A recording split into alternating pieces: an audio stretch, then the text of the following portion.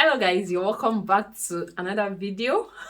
My name is Bola. If you are new here, thank you so much for joining. I'm the host on this channel, The Immigrant Nurse. If you're a returning subscriber, thank you so much for coming back over and over and over again. I appreciate that. Today guys, I'm going to be talking to you about house renting tips in the UK and how we got to pay a whooping £600 as fine for house agreement in the United Kingdom. If that's something you are interested in, or if that's something you think you are curious about to know what exactly happened, please stay tuned. Don't go anywhere. I'm going to, talk to you in different stages. So it may be long, bear with me, but trust me, every piece of information I'll be giving you would be worth it. Okay, background of the story. I am a nurse who currently works with NHS, and I moved into the United Kingdom last year. That was September 2021. So naturally, as a nurse, if you were employed by the NHS, what happens is you get to be provided an accommodation by the hospital for about 2 to 3 months, depending on your trust policy. But for my trust, when I say my trust now, I mean my employers. What they do is they only provide accommodation for 2 months. After 2 months, you would have to, get your own accommodation. I'm married with a son. So naturally, coming to the UK, I came alone so that I could come in, find my, stand, sort things out, understand the environment, get an accommodation, then my family could join me. That was the background. So I came in September, staying in the hospital accommodation September, October, and by mid-November, it was time for me to leave the hospital accommodation. So I started looking for my own accommodation. Unfortunately, I was posted to a different site of the hospital. My hospital has 3 sites. So I had to be posted to one of the sites. And around that area, I actually couldn't get a suitable accommodation at a very affordable rate that is going to be within my salary range. Considering the fact that my husband will be joining me, so he's new in the country, and him getting a job was under probability. It's not like he wouldn't get a job, but a suitable job that we can actually rely on. So just, it's better to be safe than to be sorry. I wanted an accommodation that will be within the range of my salary, such that after paying for accommodation, after paying for bills, we wouldn't have to sweat so much before we can have something extra to save or something to feed with. I hope you understand me. So I was looking out for accommodation that was within a particular budget. Unfortunately, I couldn't get accommodation around that budget where my posting site was. So I had to move down to a neighboring city where accommodation seems to be at a more reasonable rate. So I was under pressure. I was under pressure because my family was going to join me in about 2 weeks. I had to sort out accommodation. I had to move out of the hospital accommodation as well. I have to move into my own space, get it sorted to a reasonable extent before my family would come. And that is where the first tip comes in. When you move into the United Kingdom, once you know your site, like once you know where you will be working, as far as your hospital is concerned, please start looking for accommodation. Don't wait till you are under pressure, especially for the married people who are family amongst us. Don't wait till you are under pressure before you start looking for accommodation in the United Kingdom, because accommodation can be a very, very dicey one. So as soon as you know where you would be working, you've been posted to your primary place of assignment, start looking for accommodation. It could take a month, it could take 2 months. It depends on the area or the environment where you find yourself. But the earlier you start, the sooner you start, the better it is for you. That way, you'll be able to have range of options to choose from. Because for me, in my own case, I was pressed for time. So I had to just go with what was available. In all honesty, I didn't like this accommodation when we moved in. At the point where I moved in, the first issue was because I didn't see the house physically before I moved in. It was an online viewing I did. I had no choice. This was all I had. within the time frame that was left for me. So I just had to pick up what was available so that when my family would be coming, it won't be a problem. Because I moved into this house a day before my family arrived from my home country. So you get what I'm saying? That the sooner you start looking for accommodation, the better it is for you. And that will give you another option to actually get places where you can actually walk into, view it, check it, be sure that it fits into your taste and you are satisfied before you finally move into the apartment. Okay? Yeah, that on. After we moved into the accommodation, I'm going to, show you guys the video of what the accommodation looked like when we move in. No, not when we move in. What the accommodation looked like at the point I collected the keys into the apartment. I'll show you guys the video of what it looked like. And I'll tell you guys the price of the accommodation, okay? So when I moved into the apartment, I started noticing some little issues here and there. For example, there was issue with the electricity. Some of the heaters were not working and all of those things. So there's something called inventory. When you move into an accommodation, make sure that you have the inventory of the accommodation. And what the inventory simply means is that you have to go through every single thing in that accommodation. You have to go through the heater, whether they are working well, the sockets, check the bulbs, how many of the bulbs are functional, check the carpet of the accommodation. Is it in good condition? When I say carpet is the is the word for rug. We call it rug back in Nigeria or where I come from, but here in the UK they call it carpet. So check the carpet, is it in good condition? Take pictures, keep the pictures. Take picture of the meter reading of the apartment on the day you are moving in, because currently I'm having to drag the electricity supplier of this department. They've been generating an exorbitant bill for me. And I told them that that is not possible because I know how much of energy I use. We rarely use the heater, especially now that the weather is summer warm. It is not cold at the moment. So we rarely use the heater. We don't do so much. I cook maybe twice in a day. Some days we don't cook at all because we have stuffs in the freezer where we just, warm and eat. And the house is quite small. It's not a big house. So how am I generating a bill of £200 in a month? You have to take picture of the meter reading, keep it so that when issues arise in the future, you will have a reference to point to that, okay, this was what I met in this apartment. Just in case the former occupant was a defaulter, you will have something to hold on to and check and show to your electricity or energy supplier. When you move into an apartment newly, one of the things you need to do is you need to, find out what is applicable within the area so that you will not be alone. You want to have an idea of how much other people are paying for different services like broadband. Broadband is your internet provision service. You want to find out if the internet provision service is actually applicable to that area.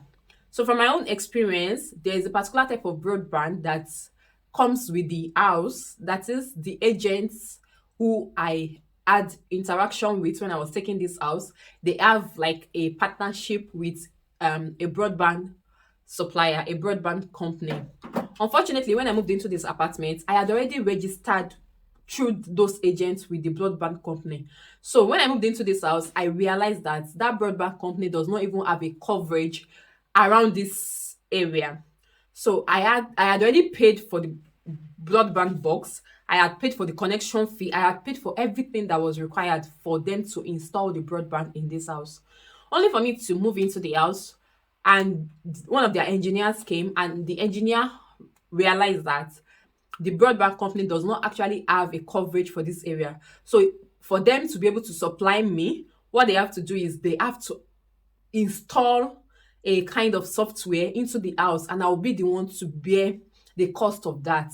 And this is something as much as £90, which is a lot just for me. No, that was a totally bad idea. So I told them that I'm not interested in their services again. So I had to, return the broadband box, return everything I had, gotten from them, and I had to wait another 4 months chasing them and disturbing them with phone calls. And you guys, when it comes to suppliers in this part of the world. You chase with phone calls, you'll be on call for 30 minutes waiting. Nobody is picking your call yet. So I had to chase them with phone calls and all of that before they were able to, pick, apologize, and they promised a refund. Up till now, I've not gotten that refund. This is 6 months later. I've not gotten that refund. So that's one of the things you also want to, look out for. Don't be in a hurry to, sign whatever, because sometimes the supplier of services may have partnership with the agents, and the agents are getting a percentage of whatever it is you are paying the supplier of services. So it is up to you to decide, this is what I need to do. Come, move into the house first, speak with your neighbors.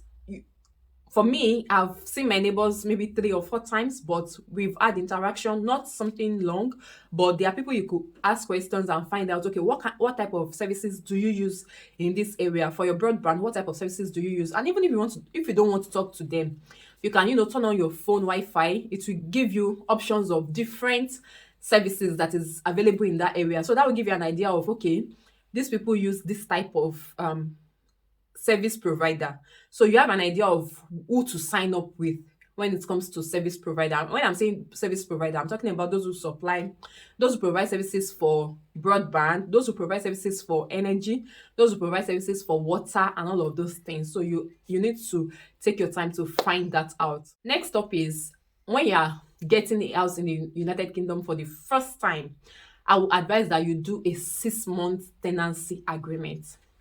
Don't be in a hurry to sign for 1 year, except you were referred by a trusted individual to those agents and to the house, and you feel that, okay, you are satisfied with what you are saying. Luckily for me, when I moved in here, before I moved in, at the point of, agreeing to take the house, I told them I want a 6-month tenancy agreement. And I don't even know where that idea came from, but I knew that from what I saw on the online viewing of the house, I wasn't so satisfied. And I told myself, okay, in 6 months, you may actually get something better. Why not sign 6 months with these people? I just decided to try it. And, I signed a 6-month agreement. I also asked a friend of mine who stays around there, and he said I could do 6 months. Once I do 6 months and I feel that after 6 months I'm not ready to renew, if I got a better offer, I could tell them and I'll move out. So I told the agent I wanted a 6 months tenancy agreement, and that's where the problem came from. Because I was new in the UK, I had little to no knowledge. So they told me that it's going to be a 12-month agreement with 6 months breakage. So that means that I'll be signing for 12 months, but I can decide that at 6 months, I want to move out of the house, which was what I signed, and that was where the problem came from. So I signed this 12-month agreement with 6 months breakage, and when I was signing, the person I spoke with told me that when I am ready to move out, I could just give 1 to 2 months notice and I will be good. So that was the thing I carried in my head. And at the time we were ready to move out of this apartment, after we've gotten a befitting place we thought we were comfortable with as a family, I reached out to the house agents. I called them via phone call 2 months before the end of our 6-month agreement. I called them via phone call and I told them, okay, I told them my name, my address, where I live, so that they can know which of their clients was calling. And I told this agent representative that I will be moving out of the apartment at the end of my 6-month tenancy, which is in 2 months' time, that I'm calling to let them know. And the lady told me that, okay, no worries, we would reach out to terminations on your behalf. And I'm like, okay, that's fine, no problem. Thank you so much. So I didn't get a mail from them. I didn't get a confirmation from them. And 1 week later, I called again to reiterate our intention of moving out of the apartment. And she was like, okay, she's going to work on it. I shouldn't worry. Guys, the mistake I made was not sending them a mail. And the reason why I could not send a mail was because the lady I had dealt with initially when I was getting this apartment is totally different from the person I spoke with on the phone. Apparently, the lady I dealt with initially had left the company. She no longer works for that company. So I am now meeting somebody new in the company who I had never spoken with before. So I thought I had communicated my intention and they had documented it and they were going to be working on it just as they promised. But only for me to realize that a month later, when we got the new house we want to move to, and we needed their reference, because the thing about United Kingdom is you always need reference from your previous landlord, from your previous employer, from your previous service provider. You will always need reference. So we needed reference from them for the new house, and we reached out to them. So I called them. No, my husband actually called them to tell them, okay, we've been waiting on you because they were delaying the completion of the agreement for the new house. So my husband called them and like, okay, we are waiting on you guys to approve the reference that was sent to you from our new landlord. Please, can you come through with it? And that's how they responded to him, that they are hearing for the first time that we have interest in, that we had intentions to move out. And my husband was like, no, my wife had been in contact with you. She had, communicated and told you that we wanted to move out. And they were like, since we did not put it in writing, that we should forget about it. Is it that we pay an extra rent or we are going to pay a fine? Guys, see, at that point, I felt like beating myself. I felt like beating myself because why didn't I think about the fact that an email would have been the best? But I didn't have the email of everybody that was working there before when I was taking the house had left. They had a new set of colleagues. And when I called the lady to tell her about our intention to move out of the apartment, she told me that I shouldn't worry, they were going to act on it. So I counted on her words. And I was like, okay, was she going to? I remember that I was asking her if she would send me the mail of terminations so that I could reach out to them myself. And she was like, no, no, no, I shouldn't worry, that they were going to handle it from their end. She took down the address of the house. She took down my name. She took down my details. Okay, so there was enough reason for me to think that, okay, they were going to handle it from their end, actually, and I don't have to worry. So only for us to come down to 1 month later and they were denying everything, like denied it without without any form of any sense of guilt. And I felt so bad. I felt so bad because it wouldn't cost anything to actually send a mail. And when I was sharing this experience with some of my people around, everybody was like, do that, is it even a thing to give 2 months notice to a landlord when you are moving out of the house? That you a month notice is very sufficient. And we started dragging this issue back and forth and everything. And the way they were able to win was because my tenancy agreement actually stated that I should give 2 months notice in writing. That was how they won the case. So I am coming to tell you guys so that you not be like me and you not have to pay £600 fine for not writing a mail that will not take more than 2 minutes. Please read your tenancy agreement back to back. If you have any questions, send an email for clarity. Because I was shocked when I didn't even see that part in my tenancy agreement. My husband was the one that saw it and pointed my attention to it. I didn't see it. Oh, the only thing I counted on was the fact that the person I had dealt with initially when I was moving into the house told me that once I'm ready to move out, 1 to 2 month notice is all I need. And I tried to give 2 month notice via phone call, which was not enough evidence because it was not in writing. So when you're in the United Kingdom and you are getting an apartment, please read your tenancy agreement back to back. Because when I was sharing my experiences with my experience with my friends, everybody was like they were going to go back to their tenancy agreement and read what is there. Like nobody paid attention to the fact that you could have had 2 months to notify them and not 1 month. Everybody in their mind thought, okay, 1 month is enough, 1 month is good enough, 1 month on the average to notify and tell your agent or your landlord that you were going to move out of the house. Okay, so read your tenancy agreement back to back. Read it very clearly. Some of the tenancy agreements will tell you don't puncture the wall, don't paste anything on the wall, don't change the curtains, don't change the switch of the house without telling the landlord or the agent. So there's a lot of do's and don'ts in the United Kingdom, and if you're not careful, If you are not careful, they can use it against you in the court of law, and you have to pay a lot of money for something very, very trivial that shouldn't even cost you a pound.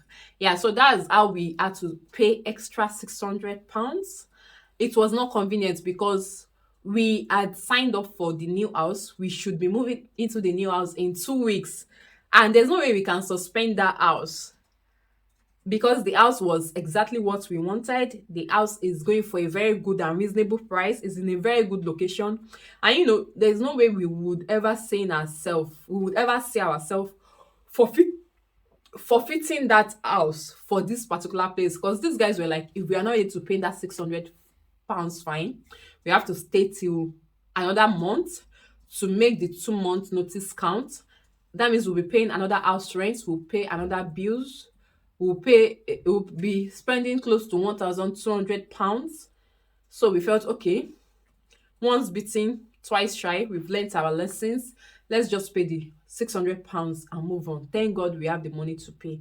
You know, let's pay the £600 and move on so that we don't. Because what's the probability of getting that same standard of the new house we had gotten for the same price in the same location? Housing in UK is it can be very, very fun, especially in this part of the UK where I live. You just see different houses, outrageous prices, and the standard is not going to be worth the price that you are saying. You guys are going to see a video tour of the new house. I'm going to be bringing it to the channel so you guys can understand the comparison between this place and the new house. And thinking about it, the difference in the rent of this place and that new house is just £55. And when you guys see the video of this place and that new house, you guys will understand the reason why we couldn't afford to lose the new house we got. Okay, yeah, so those are the renting tips I have for you in the United Kingdom. If you are moving in for the first time, please don't make these mistakes. Share this video with your friends and family that are moving into the UK for the first time. Share it with them. Let them learn from our ugly experience. Thank God we can laugh about it now, but it was a really painful situation when we were in it. It was painful. It was a painful situation, but we know that for our loss, we'll get double, triple, in multiple folds by God's grace.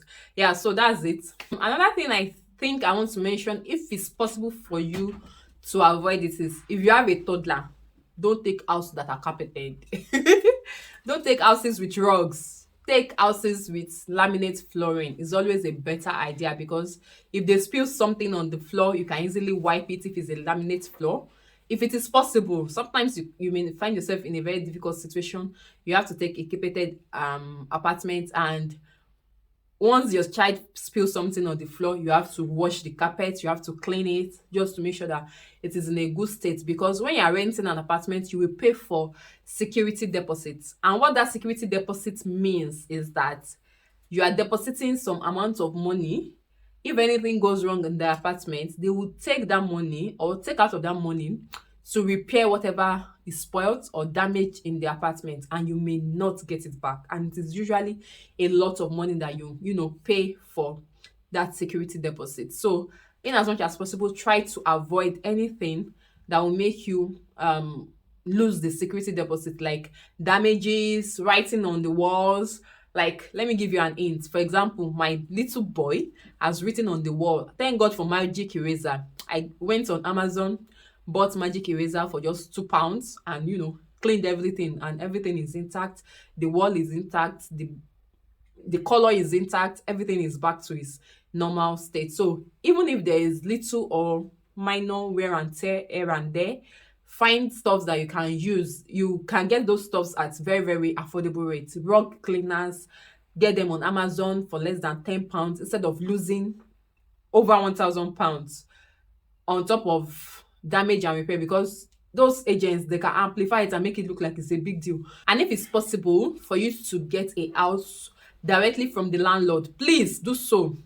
The new house we are moving into, we have direct contact with the landlord. We've met them, we've spoken with them. We know the kind of landlords we have now. We know what to expect from them. We have an idea of the kind of people they are and how they want their house to be treated. And we have direct contact such that if anything is even wrong with the house, we can reach out with them. without any headache. Yeah, so if it's possible for you to get a house directly from the landlord and not from agents, please try your best to do so. Some applications that can help you with that is open rent. If you are using open rent, yes, you can get your house directly from landlord. Some houses on Zoopla also can help you link directly with the landlord, and you get to speak with the landlord when you are getting the accommodation. Okay, so those are the things that I want to mention as part of renting tips in the UK. If you feel that there are other things I did not mention, you are in the UK, you've had experiences, and you're watching this video, please put it in the comment section and let people learn. Let us all learn from our mistakes so that other people will not make the same mistakes that we have made. So drop it in the comment section. Let me know if you like this video. If you feel it was helpful, let me know. Give it a thumbs up, click the like button. If you have not yet subscribed to this channel, what are you still waiting for? Click the red subscribe button down below. Hit the notification bell so that you'll be the first to know whenever I upload new videos. If you've got questions for me, let me know in the comment section down below. And if I have more information, I remember while editing this video, I will put it in the description box. So check the description box for more information. All right, thank you so much for watching again, guys. I'll see you in the next video. Till then, stay safe and stay blessed. Bye.